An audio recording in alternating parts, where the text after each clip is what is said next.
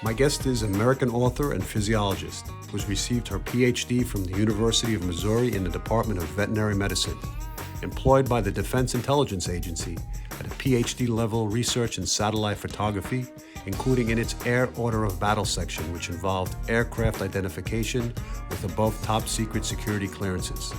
She has served on the MUFON Board of Directors from 1993 to 2000. Today's guest is inspiring mind, Dr. Irena Scott. Having me. Yes, you have an illustrious career in the field of UFOs and history of working with the government, and you've written many books that are very interesting.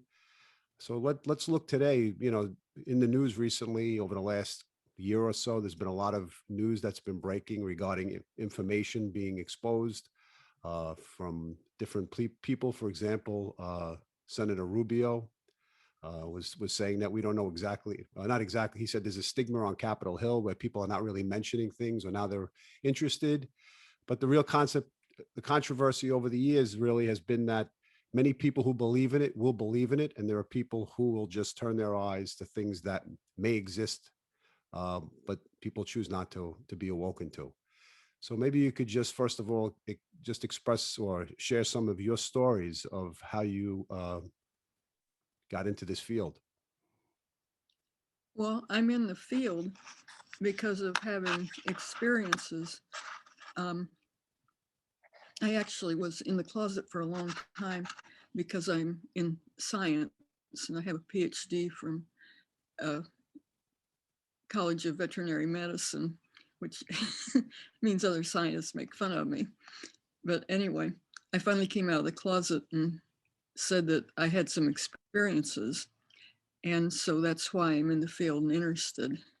Yeah, you mentioned, I've heard a few interviews where you discussed a few of your experiences as a child, and I thought they were very interesting. Maybe you could just share some of those experiences that you had with your sister. You said in a room, some type of orbs or whatever it might have been.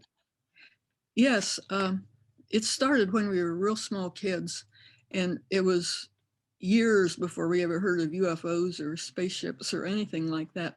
So we had no idea of what it was. But we were poor and in an old farmhouse attic, sleeping on either side of the room. It was an attic, so it had walls that slant up and then thing across the ceiling. And so anyway, it was also a clear night. And I woke up and there was this thing in the room flying around. And it wasn't anything like a lightning bug or anything I'd seen before. Our room was dark and it was night. And at first I didn't know what it was. And then I started watching it and it seemed to know where the furniture was and everything. I mean, it would fly around, and if it came to a wall, it would turn. If it came to furniture, it would turn. So it was like it was alive. And I think my sister was about 4 and I might have been about 6. So we weren't intelligent or anything like adults, and we didn't have much media. My parents had a radio, and that's about the only thing we had for media. So we had never heard of UFOs or anything like that. And so it wasn't something familiar that, we recognized.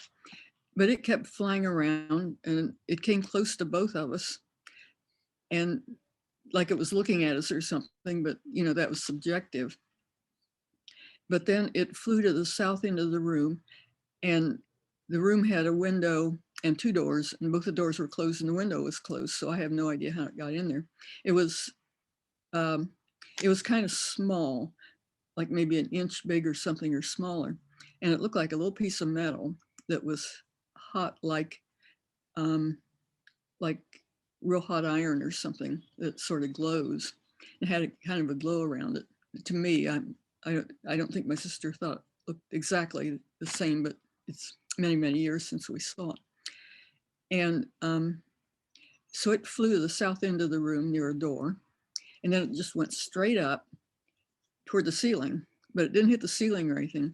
Instead, it turned where the ceiling was, and it flew around across the ceiling. And then there was a chandelier, which was turned off. And it didn't feel its way around to see where the wall was or anything. It just flew a little distance from the chandelier, so it was between the chandelier and the wall, and it began circling the chandelier. I had the impression it speeded up a little more, but it just circled and circled and circled. And so it's like it knew where the chandelier was and it knew where the walls were. Then it came down in a spiral, just the center of the spiral would have been right on the center of the chandelier. And at that time, both my sister and I suddenly became terrified, and we ran shrieking from the room, and we were so scared we fell down the stairs and couldn't get the door open. Then we went shrieking to our parents, and they didn't believe us. Right. But in thinking about later, there were some unusual things about it, a number of things. Such as? Such as, for one thing,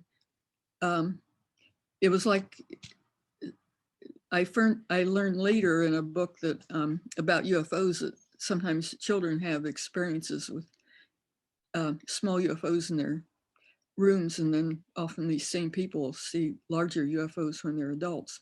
But what was different about us is that we saw it together when we were kids, and then also had a big sighting together when we were adults, which I don't think anybody else has done. Right. And at that time, I didn't know she was awake or anything. She apparently knew I was awake, but I wasn't talking to her about it. So it's like, if it just happened to one of us, they would say you're dreaming, but it happened to both of us. Right. And so we weren't dreaming because we both saw the same thing at the same time.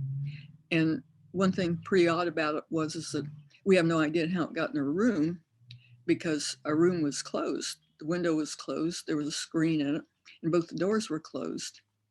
Another thing was we both woke up at the same time, and I didn't know she was awake. She apparently woke up a little bit ahead of me and thought I was awake. But that was funny too. And then I wasn't scared of it at all. I was just watching it, just wondering what on earth this was. And then suddenly, just at the same time, we both became terrified. And that was strange too. It was kind of like we had some form of mind control or something, because we both woke up at the same time with it in there. And then we both just became absolutely terrified at the same instant too. Right. Right. Yeah. Now, looking back on that experience, and in your adult life, could you piece together anything that may have set that off? Were there any other people in the town that had seen something to that you could share this information with? Or what did you do with the information between your sister and you once you had it? Or what did you feel? Well, we didn't know anything about UFOs or anything else, and we were on a farm, and Right. the farm was a big distance away it was a family farm, but the other houses were quite a distance away. And so I didn't say anything. We told our parents, of course, because we ran shrieking to them, but and we talked to our mother that morning, but I don't think we talked about it too much because we had no idea what it was. I mean, there was no framework of discussing with anybody because we just had no idea what was going on. Hmm. Did that experience shape your mindset for the future regarding UFOs and the topic of aerial phenomenon? I mean, were you more accepting of it, knowing that you had this experience? Well, I had the experience, but I didn't connect it with UFOs Right. until way later, when somebody wrote a book about it, said that sometimes people that have repeat experiences have sightings when they were a kid. And so I didn't connect it with anything until I read that. I didn't even connect it with UFOs. I had no idea what it was. Right. I mean, usually they say someone in the family is in the military or has a connection to the military. Was there anybody in the family that had a connection at all to the military? Um, Later, when I married, my husband had worked in Area 51, but we were just farmers. And our next door neighbors were farmers and everything. I mean, like Okay. my father had an 8th grade education or a 7th grade, and we Yeah. didn't So you go took to this that. experience with you, and you really didn't communicate it. But as you went through your adult life, you had repeating patterns of some type of visitations or some type of visual sightings.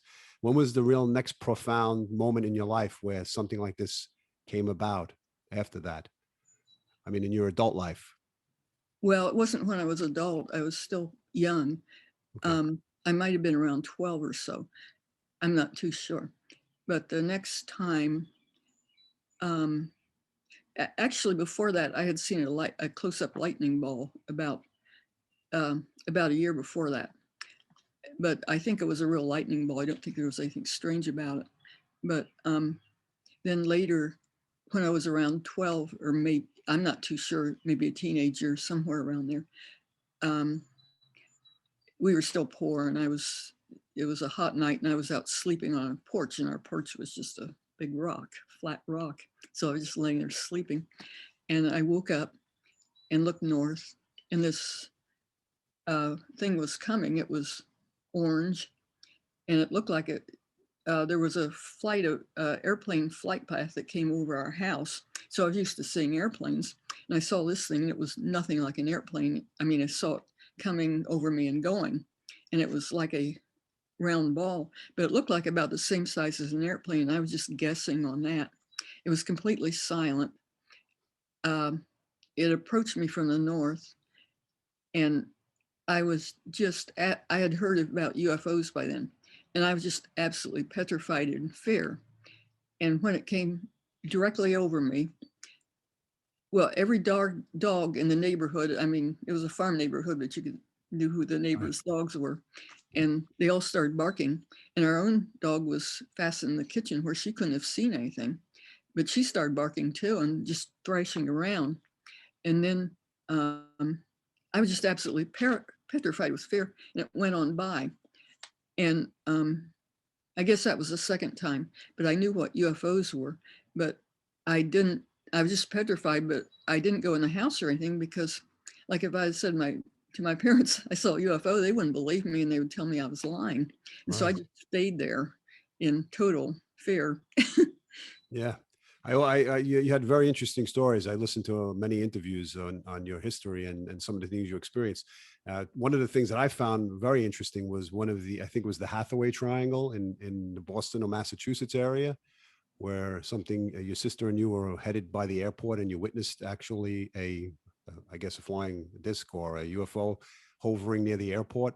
And if you could just share that experience, because I thought it was pretty interesting of the trucker coming close to the car and what took place. Yeah. Yeah, I was working for the Defense Intelligence Agency with a PhD type job identifying aircraft at the time. I was in photography. And so it was an advanced job and with a real high security clearance, secured, whatever you call it, the highest type you can get. And so it's not something I went around talking about at that time either. Right. But my sister was doing postgraduate work at Drew University in New Jersey, and I was in Washington, D.C. And so we were both on the East Coast, and we decided to go up and see the New England states just for a vacation. And so I took two people I worked with and drove up from there to New York and New Jersey and picked her up. And we headed toward Boston. We were planning to stay all night at Boston and then drive up and see the New England states and come back. Well, I got to Boston pretty early and it was still daylight. So I decided to drive up around some of the New England states. And so I went out Route 3 from the outer belt. And actually, I found out later it was kind of where part of the Barney and Betty Hill experience took place. But anyway, we came back to Boston and I started looking for motels and I couldn't find any. Everything was filled up. And so I decided to go around the outer belt and look. And so I was driving out of Boston and there was a airport south of us. It was I forget, the North Norwalk or something Memorial Airport. I forget. It was just a small airport that Okay. had like one engine planes and things. And we could see the planes coming in and, with their red and green lights on and their strobe lights and everything. And so they'd put their landing lights on and land. And they were coming in from the east. And, it was just obvious they were airplanes and everything. But there was another thing flying and it was lower than the airplanes. It didn't have airplane colors. It was just pure white, just very, very white. and very bright. And my sister started saying she thought that was a UFO. And I kept telling her she's crazy. It had to be a helicopter. And I told her, if it was a UFO, well, all the newspapers would be out and, the police would be out and everything looking at it. So it couldn't possibly be a UFO. And we kept watching it. And she said that what was odd about it was it'd be one place and then it'd be someplace else. And I wasn't watching it. I just thought she'd flipped her lid and wasn't paying attention. I was driving looking for a motel. And so I turned off the outer belt, and I was going on Route 95 or Route 1, whichever it's called. And off to the west, there was a woods. And I saw this light, and it was like a basketball that was made out of glass. And inside was a light, and it kept going through a spectrum, like it would go from blue to red to blue with all shades of blue and then all shades of reds and then back to blue. And it was like it was turning to a spectrum. And I had no idea what it was. And the inside of a car lit up in green. And I had no idea what was going on. And I wasn't into UFOs at the time either. I wish I had been, but I wasn't. And so anyway, the inside of the car lit up in green. I remember looking around, I saw no green anywhere. And the ball of light wasn't green. And so I was just mystified, and I thought, oh, it must be something with the airport. And so we continued on. And then my sister started screaming at me that it was going to come over the road and telling me to stop. And so I finally stopped, and I was pointing my hand out the window and say, "See, ding bad, it's a helicopter." And just then it flew over the trees. At first I saw something like a meteor, and then right in the same place, this big thing came over the trees. And then I realized my sister was right and I was wrong. And it was fairly close and low. And it had 7 things that looked like windows with light coming out, and real white light. And it had a little red light that didn't blink on one end and a green light on the other. And the windows were going through a sequence of like the first 3 might blink twice, then all 7 would blink, then the 4 would blink, then it goes through the same sequence again. And we asked each other, are these windows or are they panels? And we've both seen blimps with lighted sides. I have a lot of videos on YouTube of blimps with lighted sides, so I'm familiar with them. And we both thought they were windows and that we were looking in the inside, but we couldn't see anybody. And it was just like the whole inside was just bright, just filled with light, like the walls were glowing or something. And so I had a high-speed camera with me and film. And so I got to my back seat and got the Polaroid camera out, and I had 3000 ASA film. So I got that out, and I was going to take a picture. This has made a wonderful picture. I mean, I was in photography anyway, working for the DIA, so I knew something. But I thought, if I could get like stereo pictures of it, 2 or 3, and right, maybe see some background because of the high-speed film, I would have a spectacular picture. Plus it was probably from light on the inside of it. And I mean, I wasn't in UFOs then, but I realized that photographically. But just then a truck driver drove by and parked in front of us, and the man came up.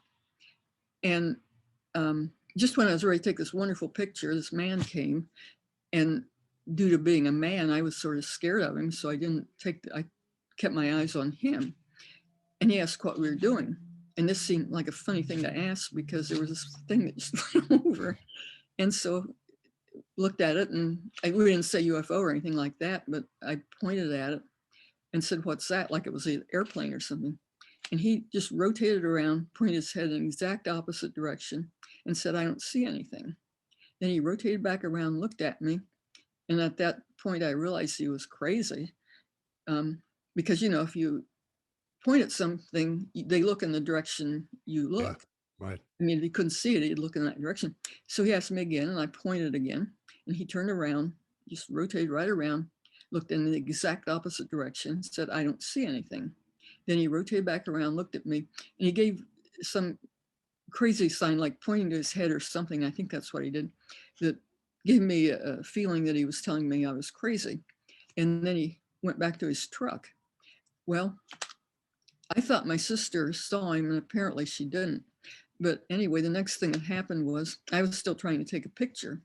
And so I wanted to get off the road because of the high-speed film, and there was a hill, and I wanted to climb up that. Well, my sister kept saying, don't do that. You're running toward the UFO. And I kept arguing with her that she had to guard the car from the man. And apparently she didn't know the man was there.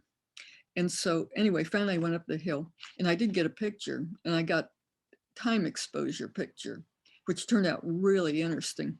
But then I came back, and the object went over the airport, and it began to circle, and it would circle in such a way that north to south it'd blink twice on during the part of the circle.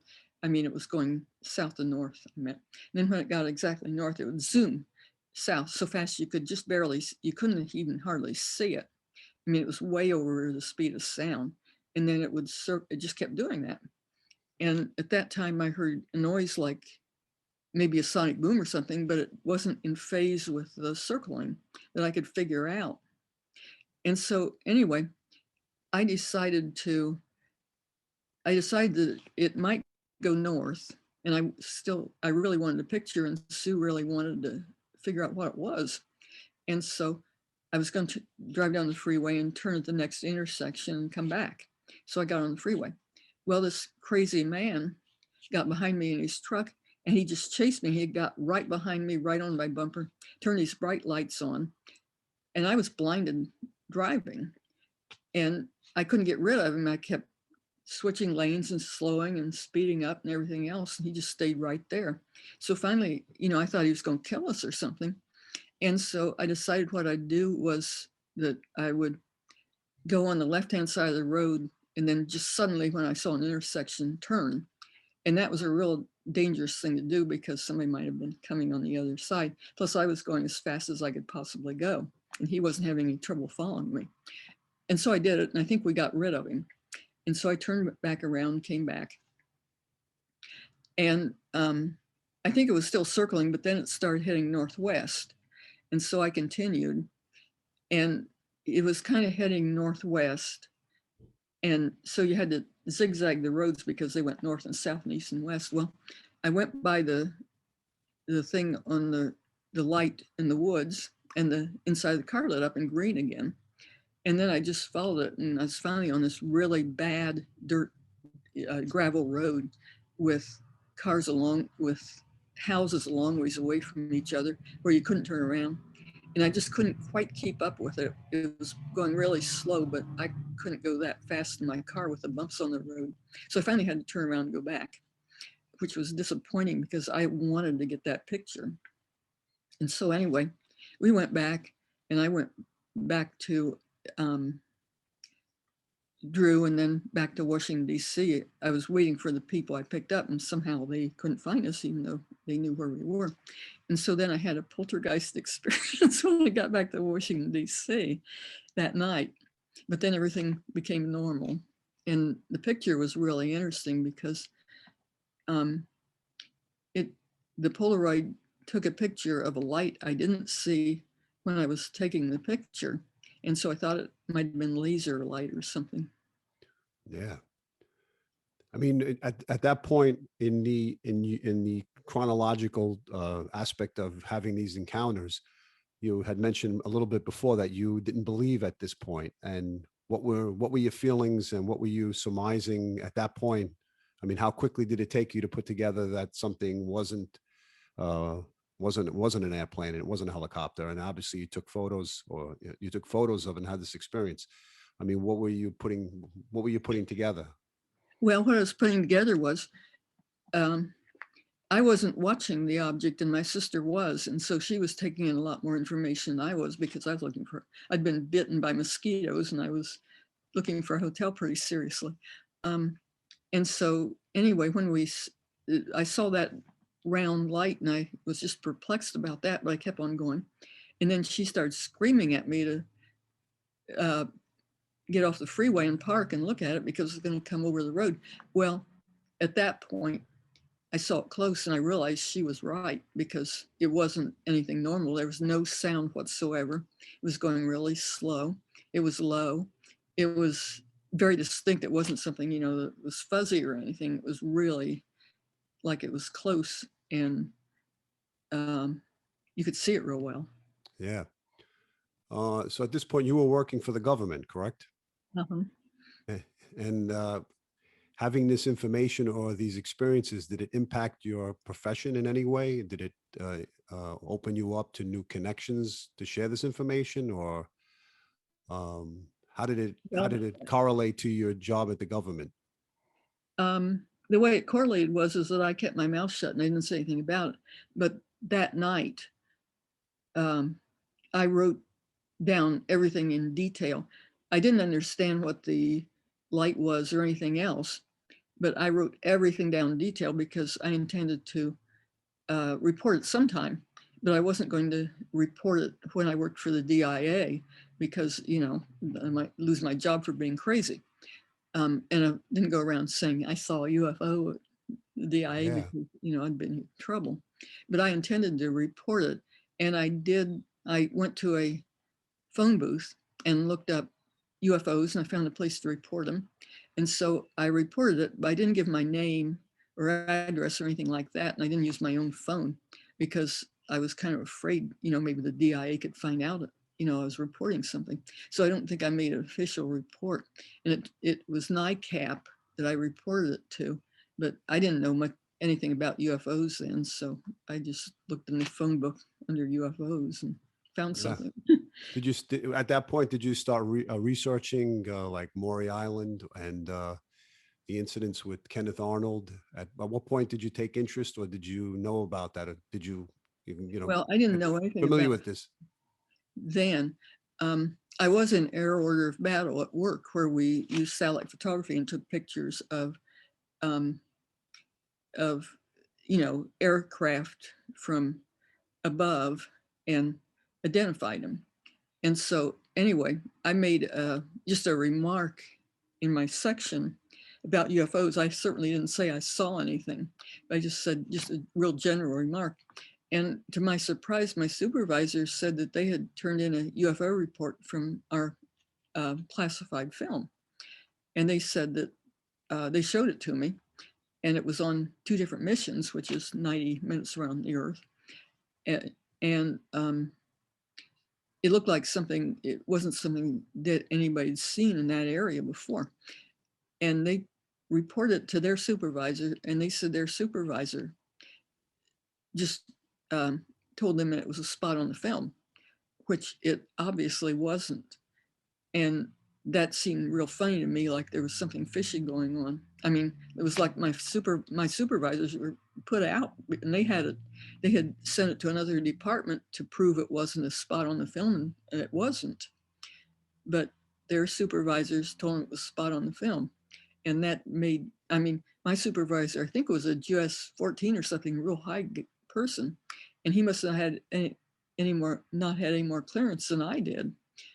And he was mystified by it. And it just made no sense at all that they were saying that it was a spot on the film, because it wasn't. Yeah. I mean, there's been incidents as I just spoke about in 1947, but prior to that, I think you had mentioned somehow that the Roosevelt administration and Cordell Hall had an incident where I don't know if you spoke to their daughters, or maybe Yeah. maybe you Um, could just give a little background on who Cordell Hall was and the relationship to. Cordell Hull was uh, the um, the Secretary of State Roosevelt, and he was Roosevelt asked him to be his vice president, and he was busy, I think, founding the United Nations at that time. I think he was the father of the United Nations or something, and wanted to keep on with that instead of being vice president. And so he was high in the government. And who we talked to was his, the daughters of his cousin. The cousin, was, I think, was named Holt. And Reverend Holt was a preacher, and he'd written a book.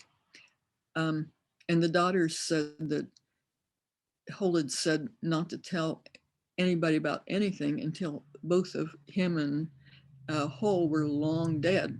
And so they'd been long dead. And they contacted the Center for UFO Studies, and they contacted us. And so we went to interview them. And they said that that Hull had taken his cousin Holt into a chamber that was under the Capitol building. And back then, nobody knew there were chambers under the Capitol building. And, you know, everybody said, oh no. But, you know, now people know there are. Anyway, so that was truthful.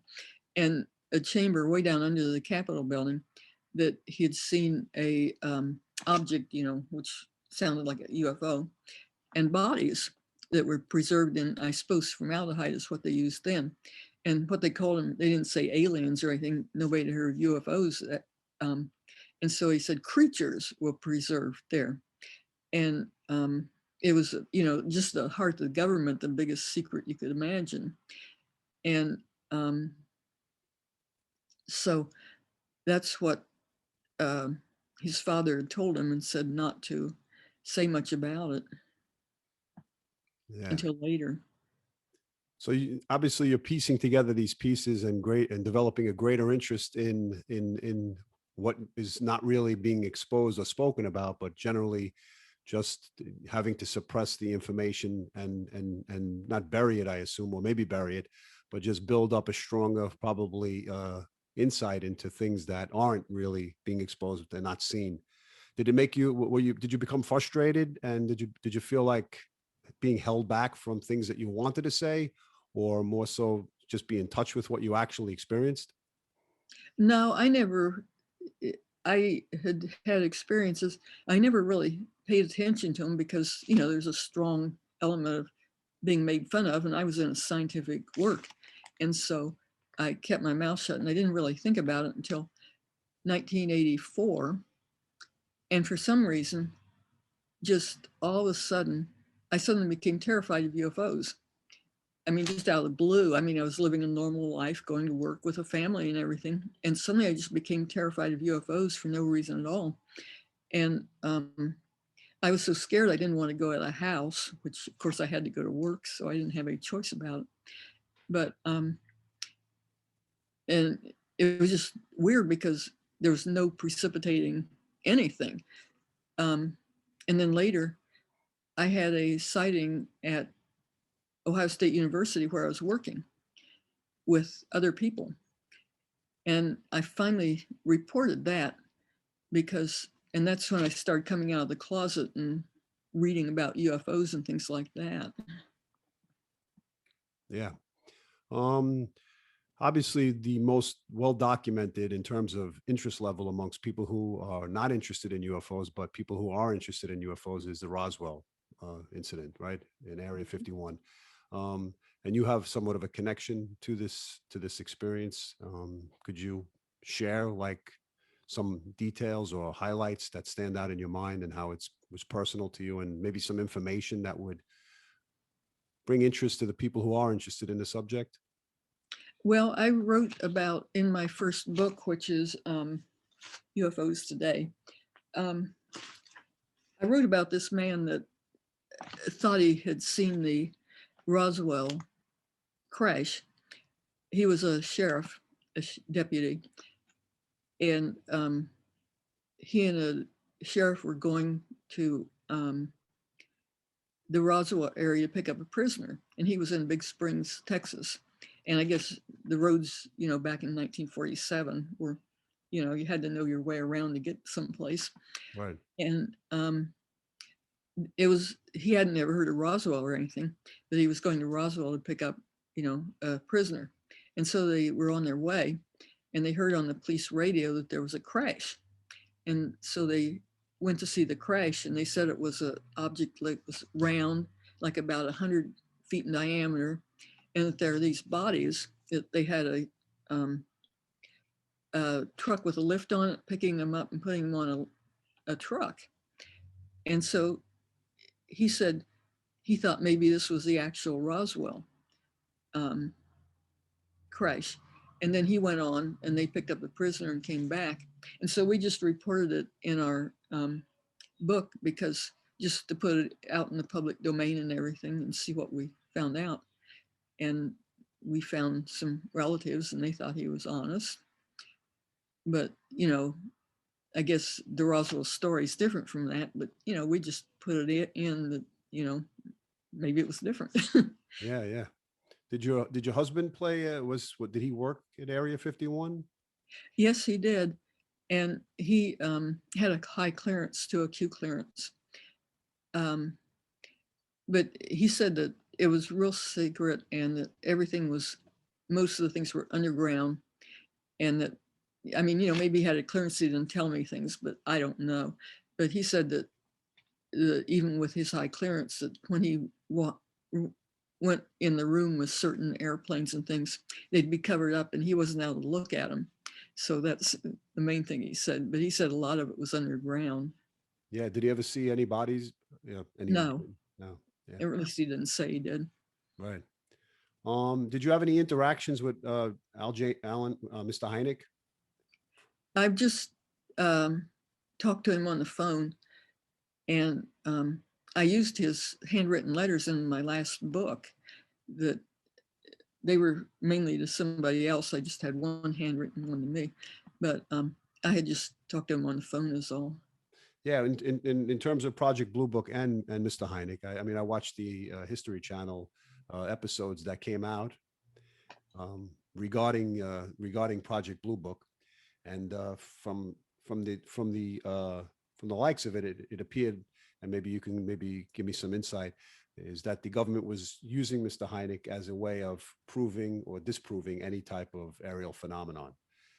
And then perhaps later on in his career, as he furthered his investigations, he did come to the conclusion in some aspect, not of a cover up maybe, but perhaps that there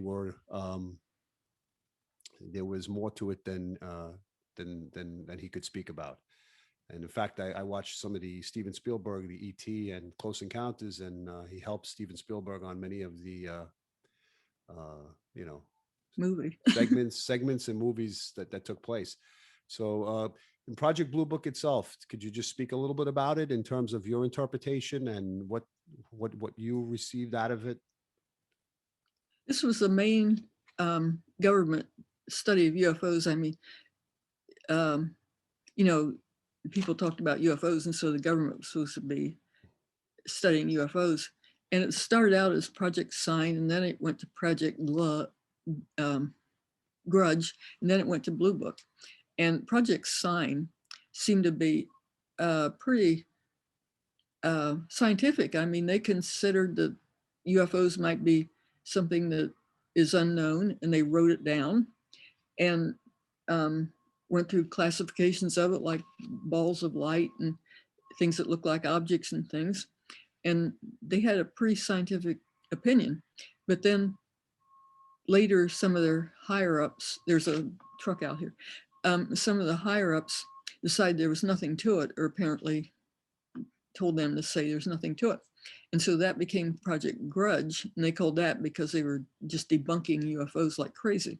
Then they started Project Blue Book, and they had some good directors of Project Blue Book that started out, but later just strong debunkers in Project Blue Book.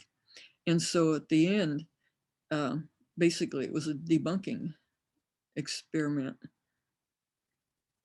Well, it was a debunking experiment based upon what they wanted it to turn out to be. Yeah. But obviously, people have their own experiences, not just yourself, that have reported all throughout the last century and even before that. So in terms of the experiences that you had, and after knowing a little bit about this, did it reshape your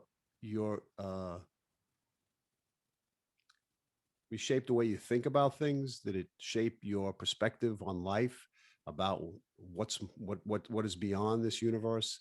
Why are we being visited? What's the purpose of the visitations, the abductions, and why does the government seem to suppress something that if it wasn't so important wouldn't need to be suppressed?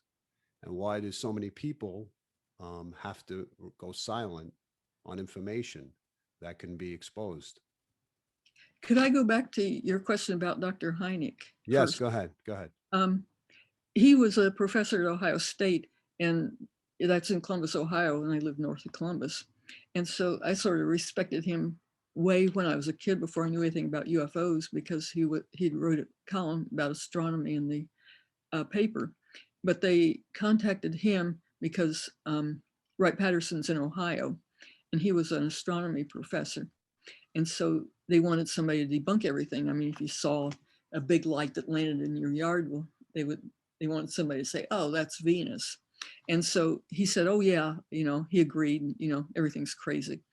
And I think one reason they selected him was because he already had a clearance, security clearances and things, because he'd worked on Sputnik. But then he started out as a debunker, but he continued on, and he was finding out that information was being withheld from him, and he talked to very highly qualified people that reported UFOs and things. And eventually he got on the other side. And when Project Blue Book went under, he formed his own UFO group and did a real good job. I don't think it's going now, or not much of it's going now, but he set it up with scientists and things and really did a good job.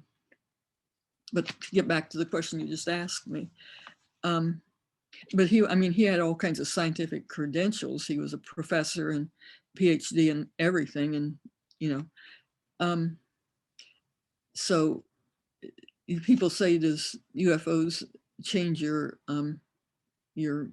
whatever you call it, your life experience or something?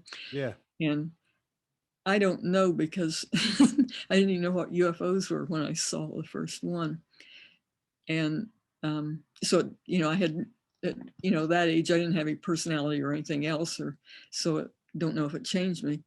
But now I think I'm a lot more open-minded. Yeah, I would assume based upon your experiences and writing all these books. Um, yeah, I mean this not only this, as I said before, not only the suppression, but I guess the more a person denies, the further they're able to get on the journey of actually finding out what they really want to find out. So in terms of Mr. Hynek, I assume he had to be a denier in order to go further on and uh, be supported on the mission that he was put in to do. Yeah, because, he began to figure out that Project Blue Book was a fake, and he was working for Project Blue Book, but he needed to find out more about what's going on, and the only way he could figure out was to keep on doing it. And so he just kept on. I mean, after a while, he wasn't a debunker or anything, and then Project Blue Book was getting suspicious of him and all that, and he switched to the other side. But he continued with Project Blue Book because he had a good position there. It wasn't the very highest, because in my last book, this one, Sacred Corridors, I reported on a lot that was going on at Battelle Memorial Institute at the same time. And while they were debunking UFOs, they were also doing a secret study at Battelle on UFOs. And so they were lying to the public and to Hynek. And Hynek realized that and said something about it, but he switched to the other side. But there were people that were working on UFOs at Battelle that had higher clearances than he had, and he was supposed to be the public speaker for Project Blue Book. Yeah, I believe I read something that said he was the Society for the Explanation of the Uninvestigated. That's what Hynek said. So basically, you know, it's almost like a schizophrenic existence. so to speak, right? Having the insight and the experiences, and then having to question your sanity to be able to just stay in a position and not rock the boat, so to speak. Um, and you know, the many other countries around the world, I think, are a little bit not more open to it, but I guess somewhat accepting of uh, you know, interplanetary life and interplanetary visits. Um, I mean, from my perspective, watching many of the videos and the interviews of many people who speak about the subject, it does show that maybe there is a component, not from every particular alien race, if there are many. And I've spoken to Angela Thompson Smith, who's written about her conversations with the different alien races. But as we go forward, uh, perhaps in these times, alien races are aware of what's going on this planet, and with their higher intelligence, maybe trying to save us from certain doom. I've seen some interesting video clips of some of the nuclear testing that was done, and how certain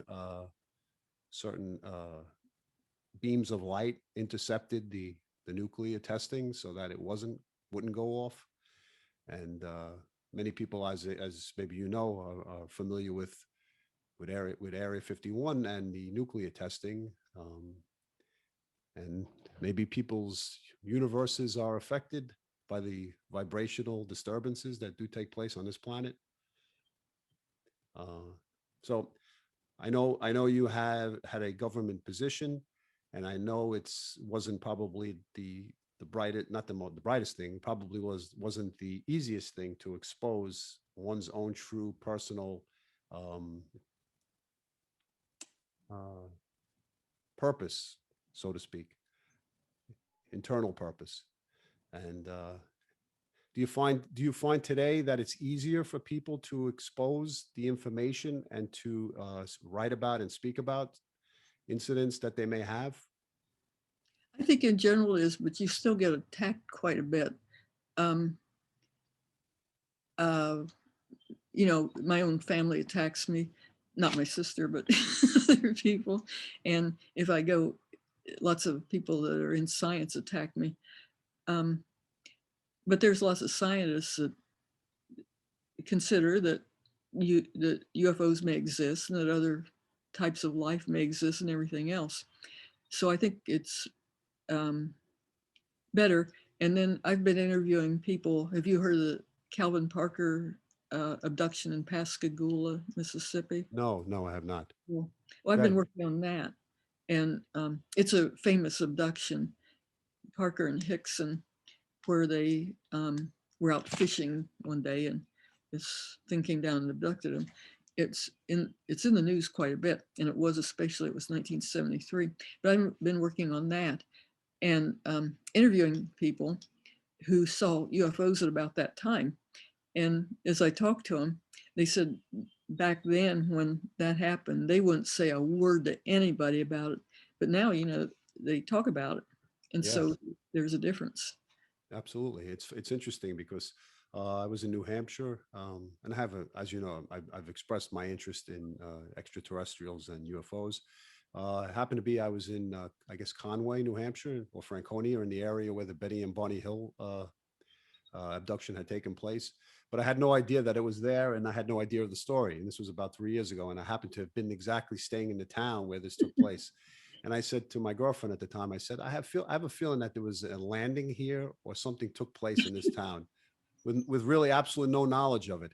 And then sure enough, I typed it into the internet, and all of a sudden they said, if you drive up the road, you'll see the plaque dedicated to Betty and Barney Hill on their abduction.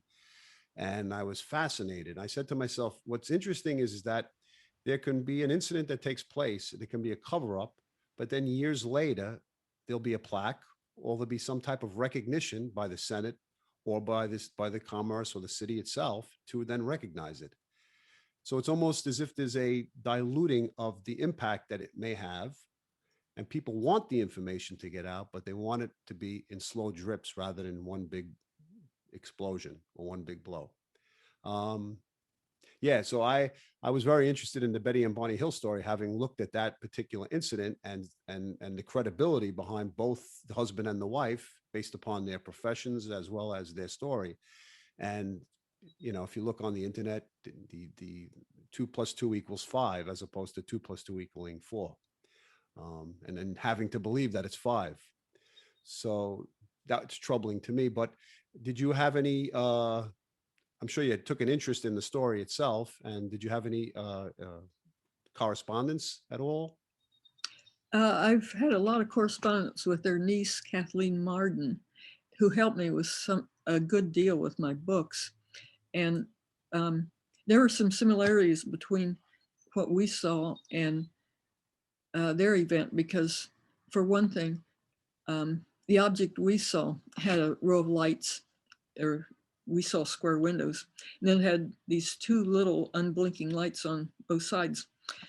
Well, when their object, they were driving along, and the first time it was like us too, because Barney was saying it's a helicopter, just like I said, and, the other one said, oh no, it isn't.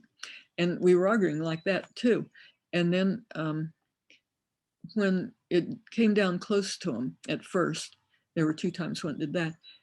And these 2 lights came out from the side, and then for some reason it flew back away, and they continued going.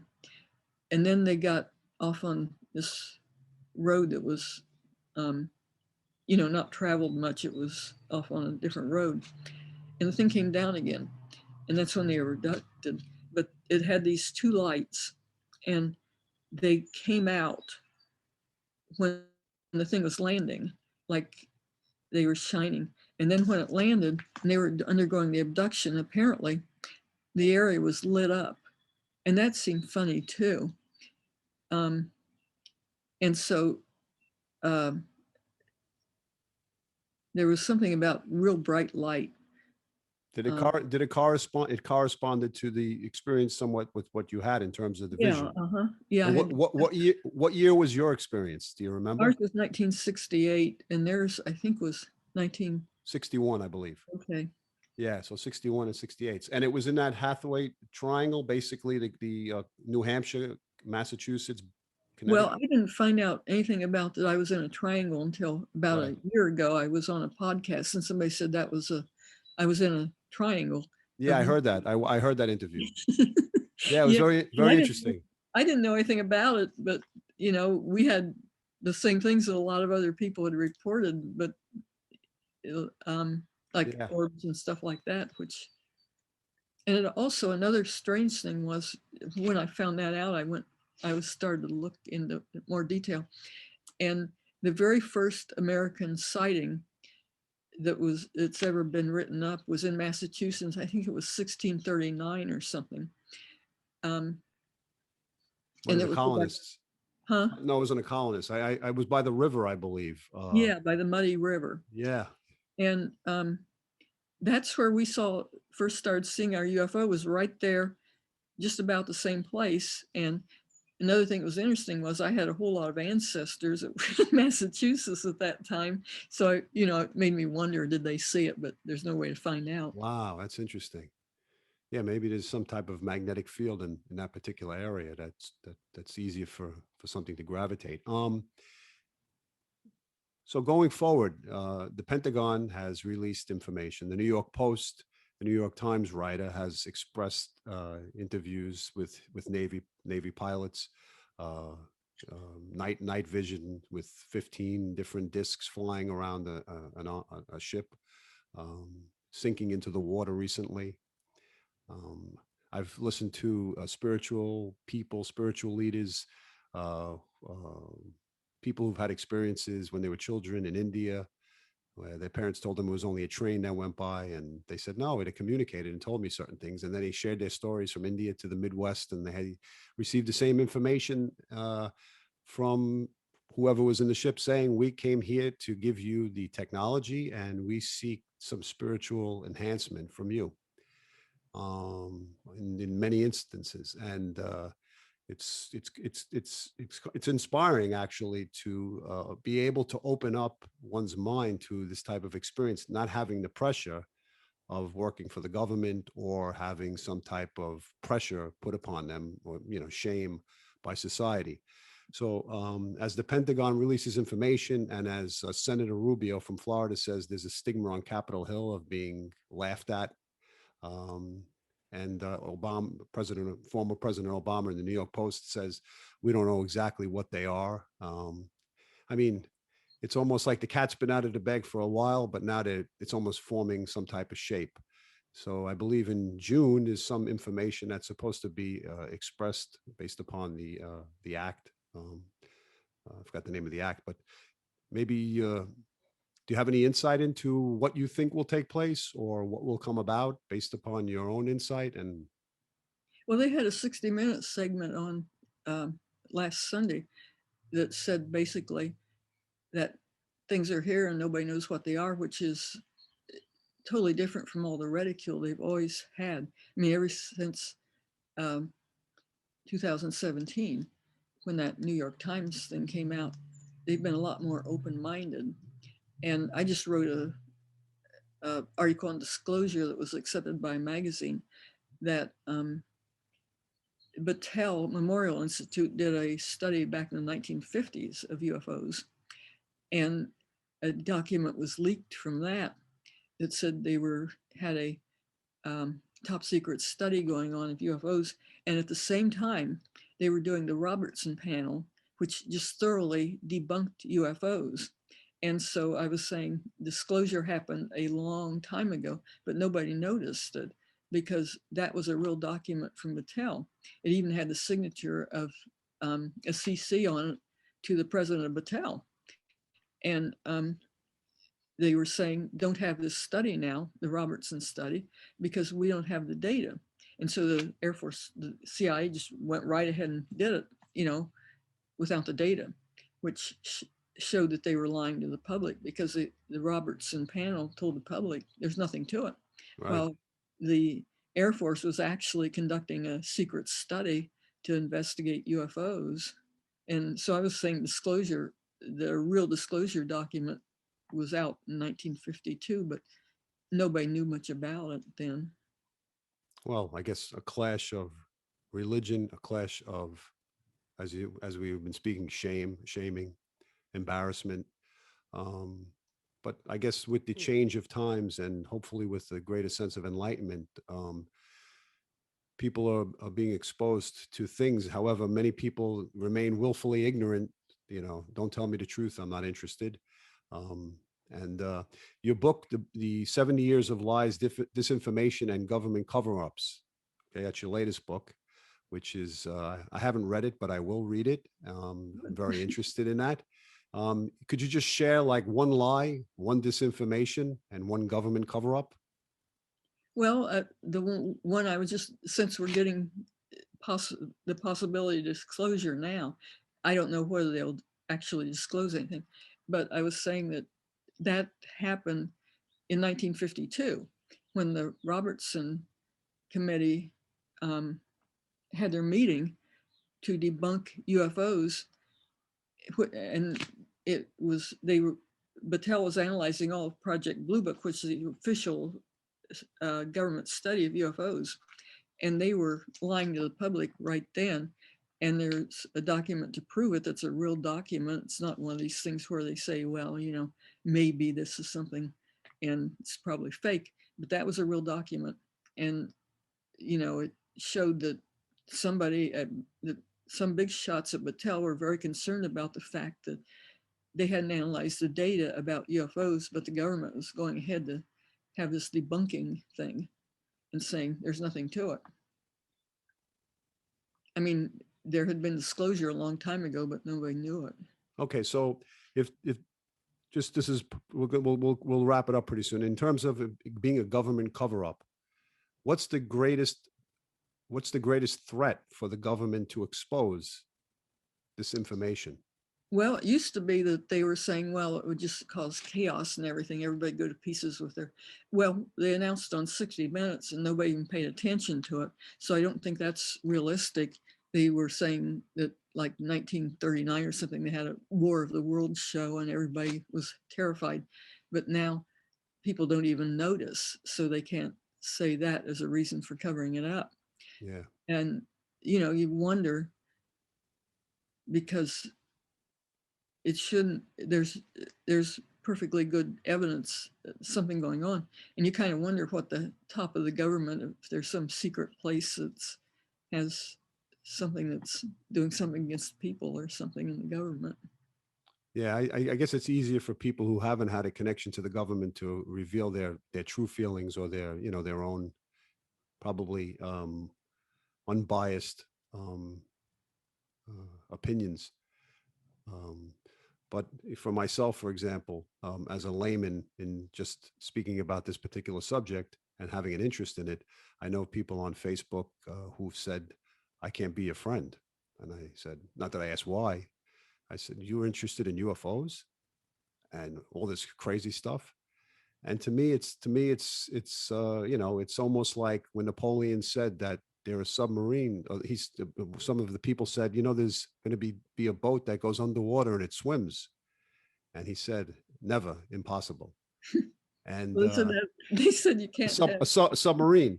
So to me, it's a very I mean, to suppress information actually creates a greater drive to find out more information, depending upon a person's personality. But I guess the greatest weapon that could be installed is shaming and yeah, shaming people's reputations and shaming who a person is and what they believe in. So hopefully the information brings people who are on the edge a little bit closer towards having a greater understanding that there probably is something out there beyond us, and that the people like yourself who've created great books and had great experiences are in, you know, receive the not accolades, but the recognition for the inspiring life and story that you have expressed. So, for me, I want to thank you for joining me and sharing a little bit of your life. Well, thank you very much for having me. Hope I'm doing something useful.